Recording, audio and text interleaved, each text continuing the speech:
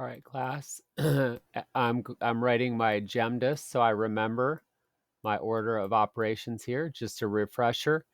The G stands for grouping. The E in grouping is parentheses or brackets. The E stands for exponents, which we are not doing in fifth grade. The M and the D stand for multiply, divide. They have equal power, so we work those from left to right.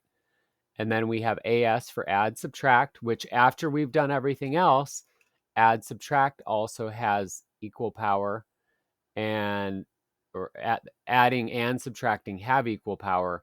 And so we would work those left to right as well. Okay, so a company, let's look at 10. A company can produce 300 ballpoint pens or 550 gel pens each hour. So each weekday, they produce ballpoint pens for 5 hours and gel pens for 8. How many pens does the company produce in 5 weekdays? Okay, so 5 weekdays, we have 5 hours, 8 hours, 300 pens, 500 pens.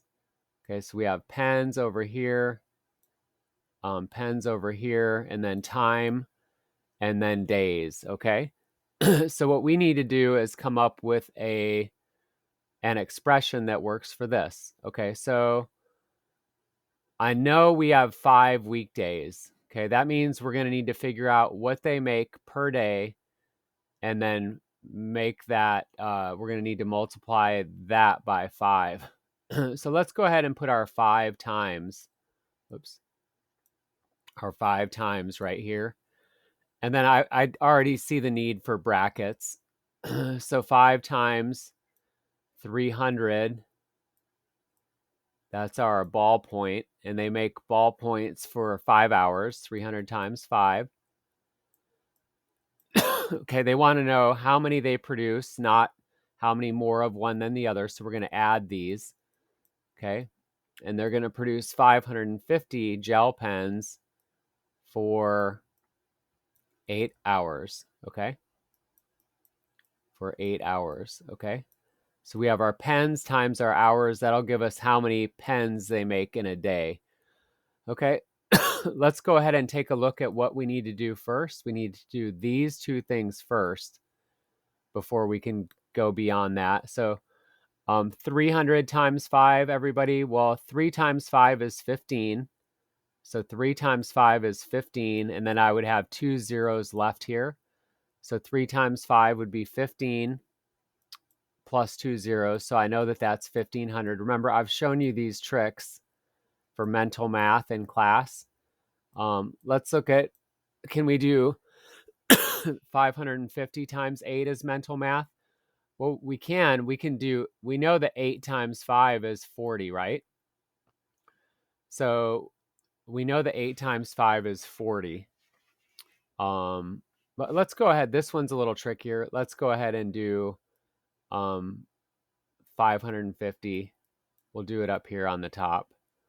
550 times 8. Okay, it's a little harder to do mental math with this one. 0 times 8 is 0. 8 times 5 is 40.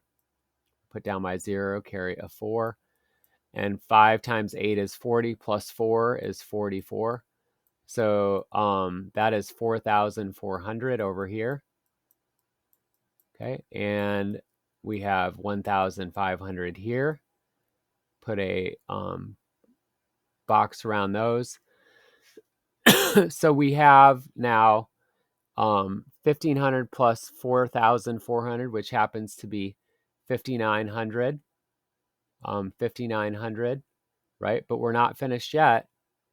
So that's 5,900. Whoops, 5,900. But we still need to do it times 5, right? Because we had 5 times. Okay. Again, a little bit tricky for mental math. So let's put our 5,900 times 5. Okay, 0 times 5 is 0. 0 times 5 is 0. 9 times 5 is 45. I'm going to put down my 5, carry a 4. 5 times 5 is 25, plus 4 is 29. Okay, and so our answer would be 29,500, okay? Our answer would be C, 29,500. Okay, let's look at 11. Which expression has a value of 4? Okay, I'm just going to put a little box around the two things we need to do first. Okay, 4 times 5 is 20. 9 plus 7 is 16. Okay, if we add 20 plus 16 together, we get 36 plus 9. So this is 36 plus 9. That is way over 4. Okay, so that is 45. That is not right. So I'm just going to put an X through 45. That is not right. How about the next one? 4 times 5 plus 9 plus 7 divided by 9. Okay, divided by 9. So again, we have 20 and 16, which is, again, 36. We did it on the last one. Divided by 9. Okay, that's equal to 4. Okay, so B is looking pretty good, but let's just check C. Again, 4 times 5, we already did that, was 20. Minus 16. Okay, that would, and then times 9.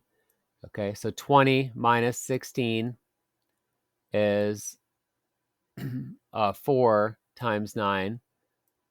So 4 times 9, which is 36. Which is 36, which is not equal to 4. So C's out. Let's look at D. 4 plus 5 plus 9 plus 7. Okay, this one's 4 plus 5, so that's 9 and 16.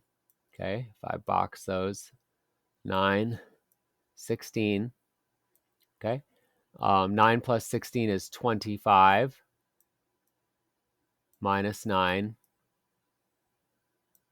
Okay, if we took 9 away from 25, we would get 16. Okay, and that is not equal to 4. Okay, so B is our best answer.